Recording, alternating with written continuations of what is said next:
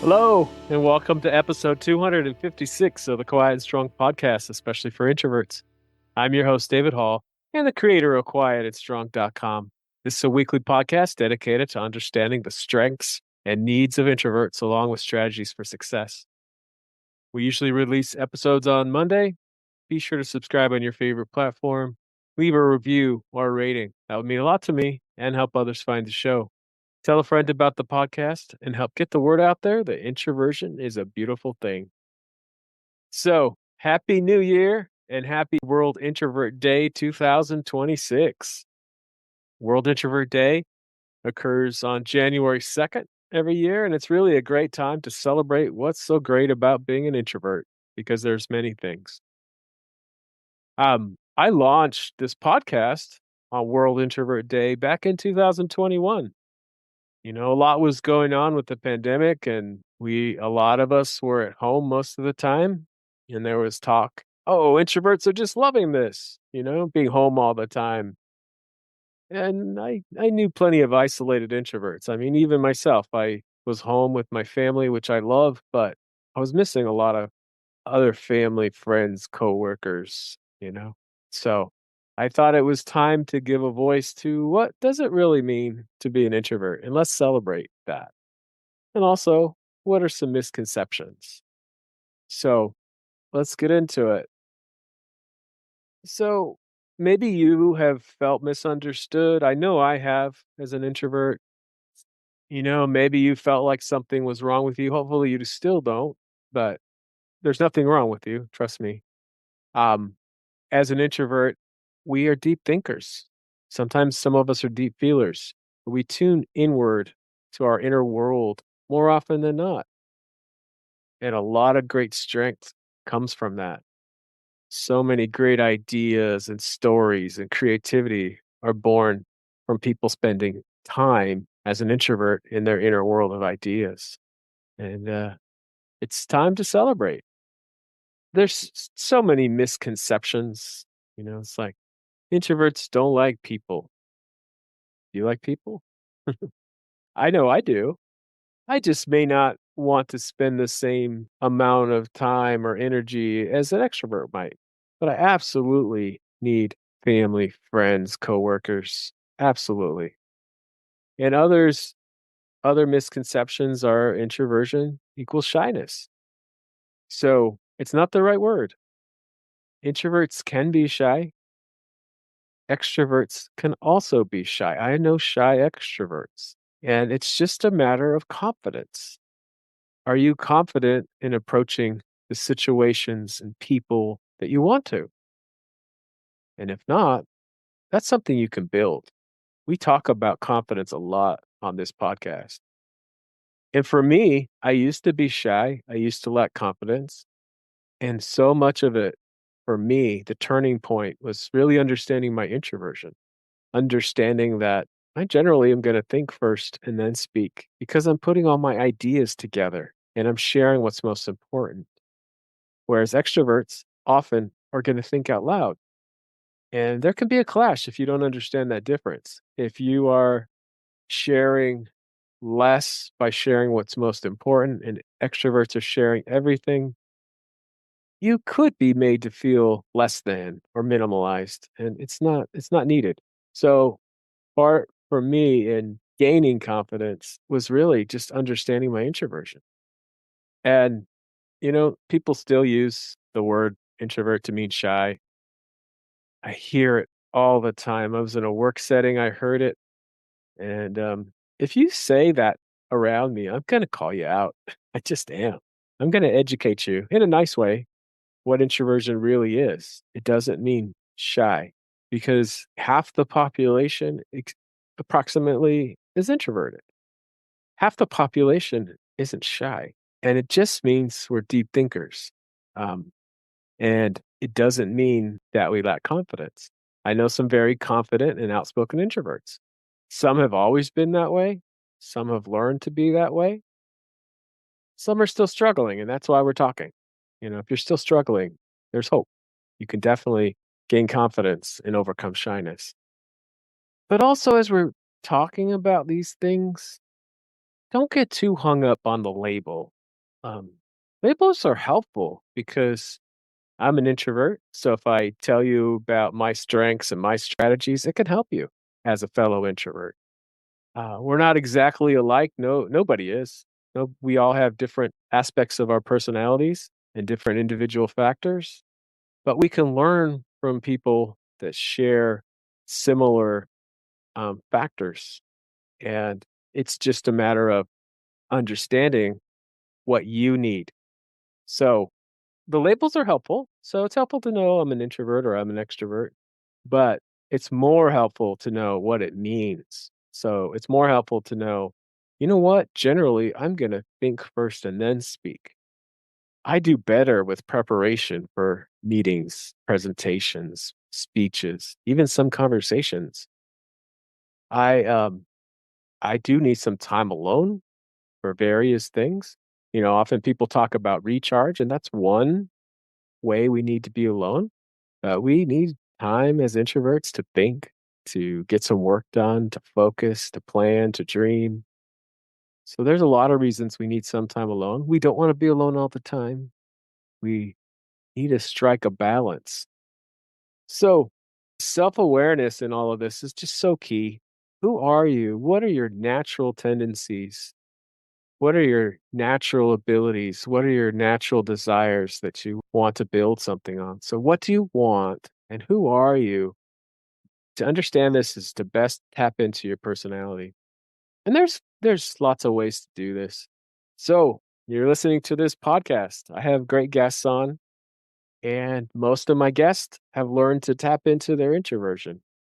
Most are introverts. I do have a few extroverts on from time to time, but the introverts have learned to understand who they are and find success in some area of life. And the extroverts I have on, I make sure that they understand introversion and they're not spreading any myths. They're not giving advice that only applies to extroverts because there is that kind of advice. Just do it, right? For me, I've studied personality a long time. I have a bachelor's in psychology and master's in counseling. But really, it was some assessments that really drove home, hey, you're an introvert. And it's a good thing. So I got certified to give the Myers Briggs, and the facilitator was a brilliant person. Very fortunate to have her. I specifically recall her saying, introverts think and then speak, and extroverts speak in order to think. And that was one of the light bulb moments. I'm like, oh, yeah, that's me. That's how I operate. I'm not going to change. And it's a good thing. And, the Myers Briggs is about introversion, extroversion.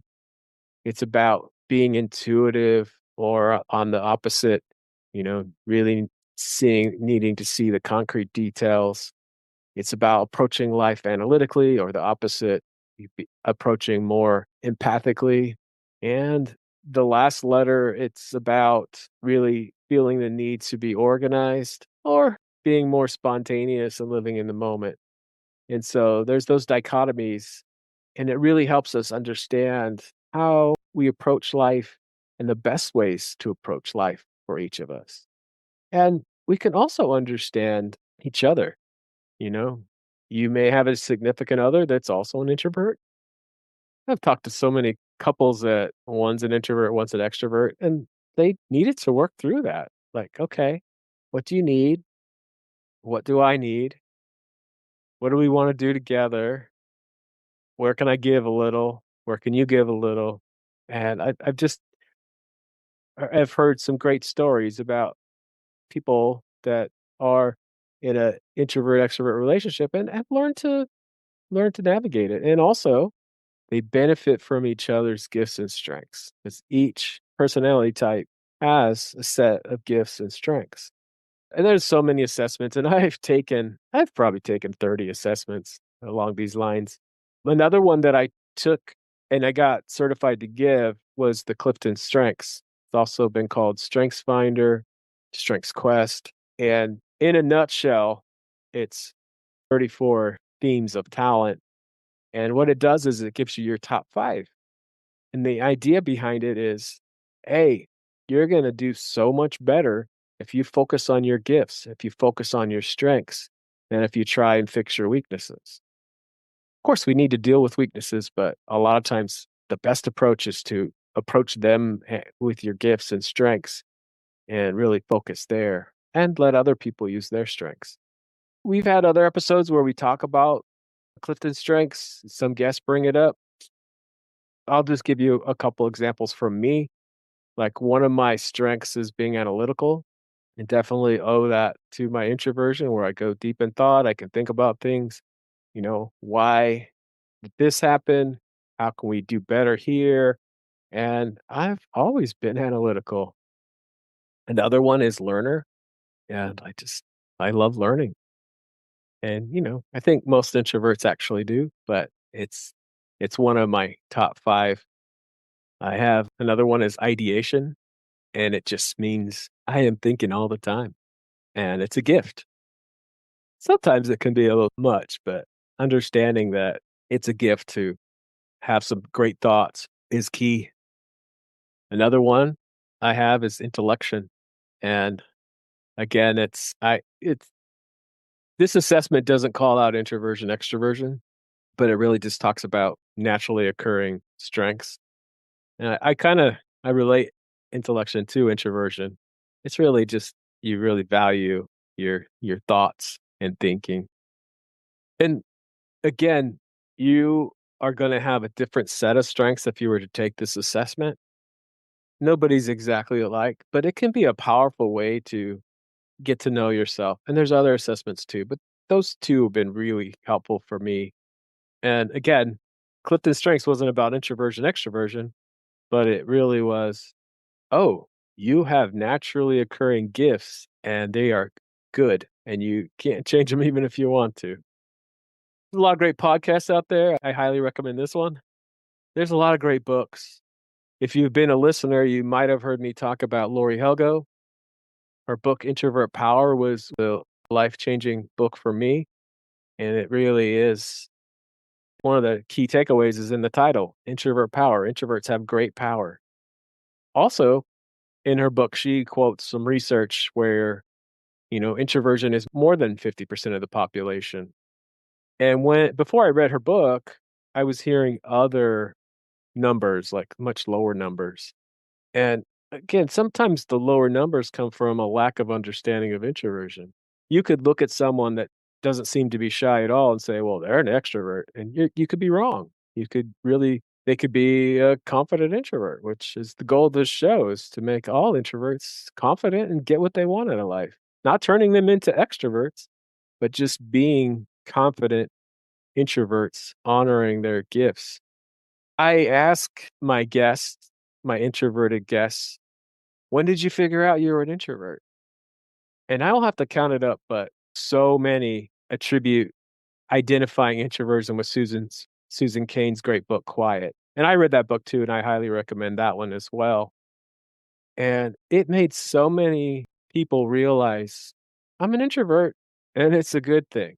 So there's a couple great books. Dr. Lori Helgo's Introvert Power or Susan Cain's Quiet. Those are a couple great books. And there's many more. I could list many more. So get to know yourself, what you need, and then celebrate those gifts. What are some gifts you have because you're an introvert? You think deeply? I know I do. Are you good at problem solving? I think that's one of my key strengths. Like I said, I'm analytical and I am very future focused. Like, how can things be better? We're keen observers of what's going on around us. Many of us see patterns. We can be very thoughtful and watch out if you're talking to me.